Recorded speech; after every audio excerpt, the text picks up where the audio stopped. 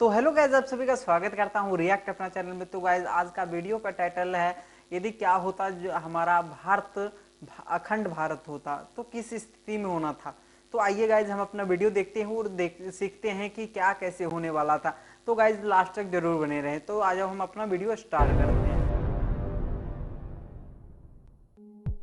आज का भारत या आजादी से पहले का भारत, जिसमें कई अलग अलग राज्य थे और आज भी है, जिनकी अलग अलग भाषाओं से हर राज्य विभाजित है, लेकिन देशभक्ति के मामले में सभी राज्य एकजुट है, जिसे हम संयुक्त भारत या आजादी से पहले का होता तो उसे अखंड भारत या प्राचीन भारत कहते हैं। हमारा इतिहास गवाह है कि किसी भी देश की या राज्य की भौगोलिक सीमाएं या उनकी बाउंड्री कभी एक समान नहीं रही। वे हमेशा बदलते इतिहास के साथ बदलती रहती है, समय जैसे जैसे आगे, और कुछ ऐसा ही हमारे भारत के साथ भी हुआ है। आप इस इमेज को देखिए, यह है हमारा प्राचीन भारत, जो आज समय के साथ कई अलग अलग टुकड़ों में बंट चुका है।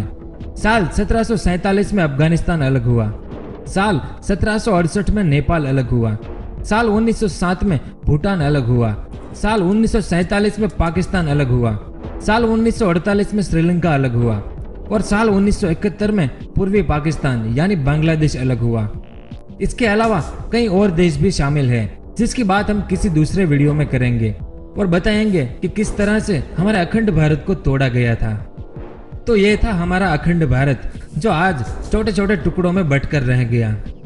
तो सवाल ये है कि अखंड भारत आज भी होता तो क्या होता, इसकी रहस्यमय सीमा क्या होगी, इसके फायदे क्या होते, इसके नुकसान क्या होते, इस देश की टोटल पॉपुलेशन कितनी होती, ग्लोबल इकोनॉमी कितनी होती, इस बड़े देश की आर्मी कितनी बड़ी होती, इन देशों के बीच आपस में कितने युद्ध हुए जिनमें कितने लोगों की जानें नहीं जाती, कश्मीर की क्या स्थिति होती। ऐसे कई सवाल पैदा होते हैं इस एक बड़े सवाल से कि अखंड भारत आज भी होता तो क्या होता, और उन सभी सवालों के जवाब भी जानेंगे इस वीडियो में। सबसे पहले इस वीडियो को देखकर कुछ लोगों को बहुत खुशी होगी तो कुछ लोगों को बहुत गुस्सा आएगा, लेकिन यह सिर्फ एक कल्पना है जिसमें आपको ढेर सारा नॉलेज मिलेगा। तो वीडियो के अंत तक हमारे साथ बने रहिए। तो अफगानिस्तान, पाकिस्तान, भारत, नेपाल, बांग्लादेश, भूटान और श्रीलंका, ये सातों देश आज भी एक होते तो अखंड भारत की कुल आबादी कितनी होती। साल 2016 में भारत की कुल आबादी 132 करोड़ से ज्यादा है, पाकिस्तान की 19 करोड़ से ज्यादा है, अफगानिस्तान की 3.5 करोड़, बांग्लादेश की 16 करोड़, नेपाल की 2 करोड़ 90 लाख, भूटान की 8 लाख है और श्रीलंका की 2 करोड़ 8 लाख है। तो कुल मिलाकर अखंड भारत की कुल आबादी 175 करोड़ से भी ज्यादा होती, यानी दुनिया में सबसे ज्यादा आबादी वाला देश अखंड भारत कहलाता, जिसके कुछ फायदे भी है और कुछ नुकसान भी।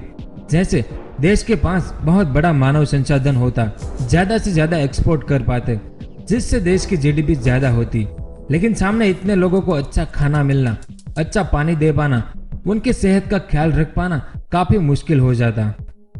अब अखंड भारत का सबसे बड़ा राज्य कौन सा होता?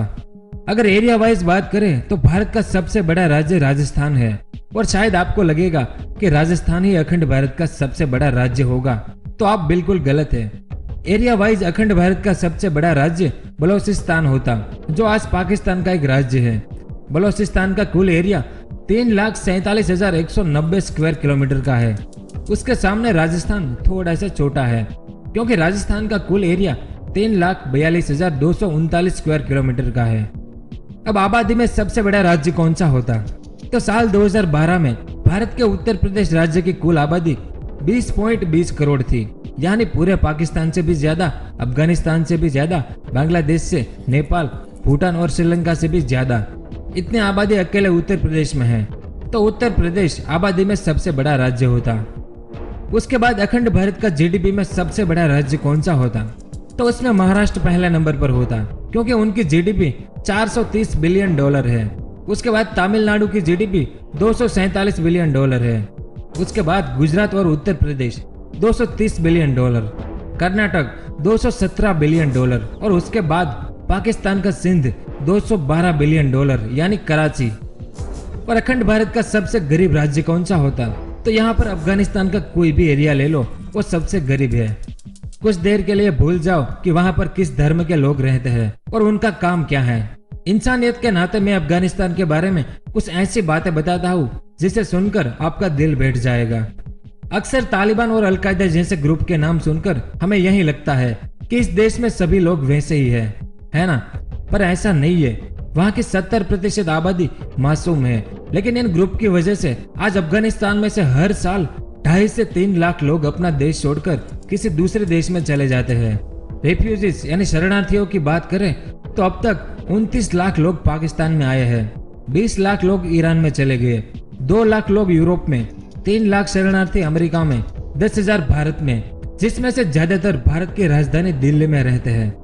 वहां पर 70,000 लोग आज भी ऐसे हैं जो पिछले 10 साल से रेफ्यूजी कैंप में रहते हैं। वहां पर 60% लोग ऐसे हैं जो गरीबी रेखा के नीचे जीते हैं, जिसे न तो अच्छा खाना मिलता है और न ही अच्छा पानी।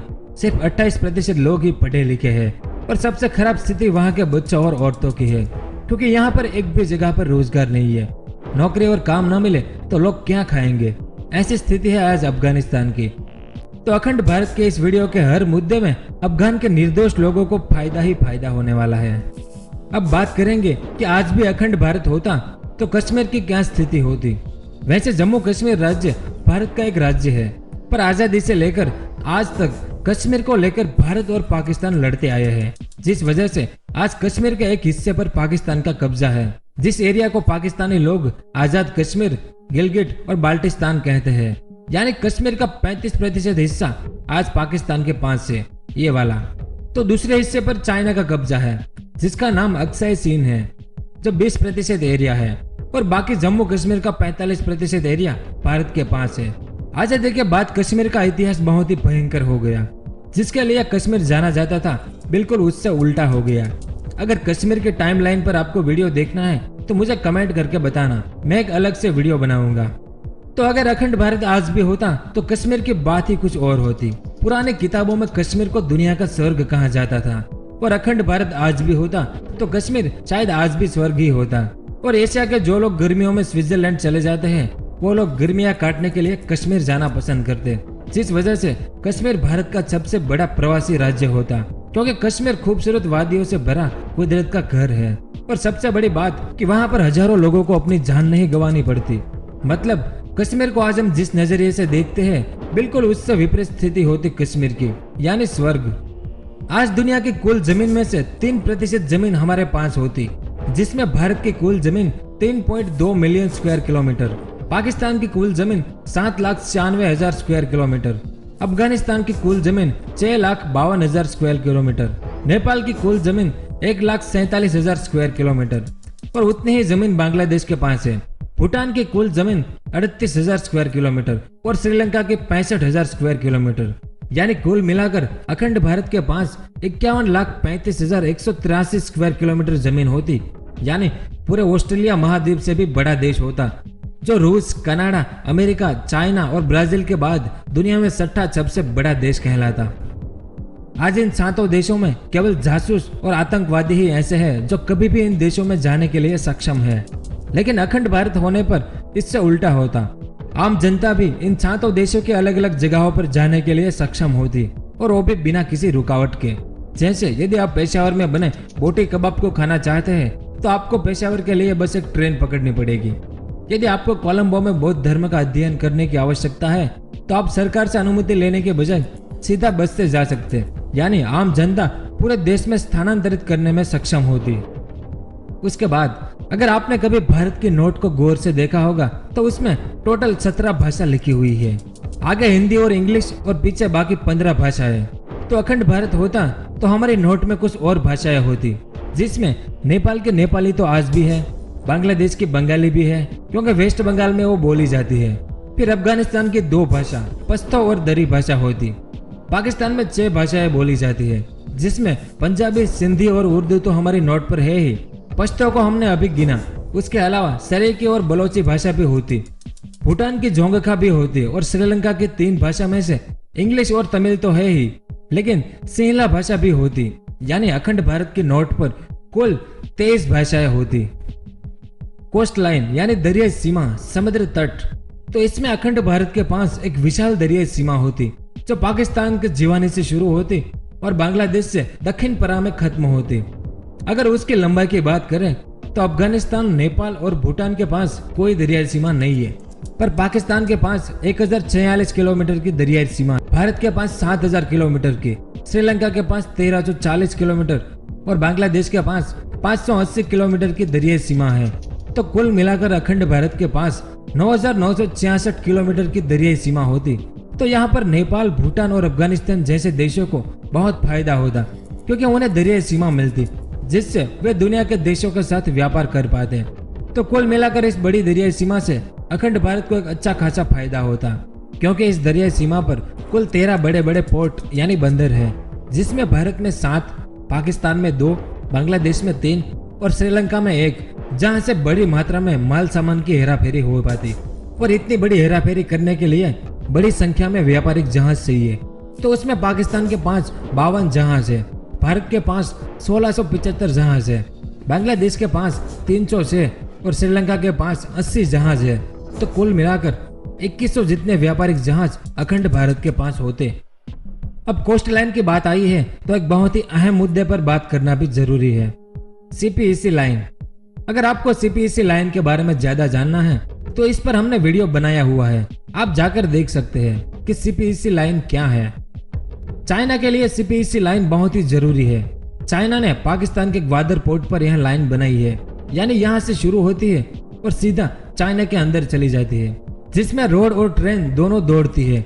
आज चाइना को इस लाइन की वजह से बहुत बड़ा फायदा है, क्योंकि वो सीधा पूरे अफ्रीका और इन एशियाई देशों के साथ समुद्री व्यापार कर सकता है और चाइना को भारत के इस बड़े समुद्र को भी पार नहीं करना पड़ता, जिससे चाइना का पैसा भी बचता है और समय भी।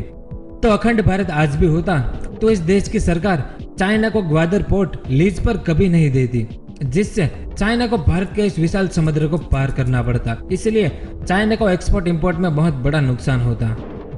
अब आप मुझे कमेंट करके बताएं कि अखंड भारत आज भी होता तो अखंड भारत का प्राइम मिनिस्टर यानी प्रधानमंत्री कौन होता, और साथ में यह भी बताना कि यही इंसान क्यों होता।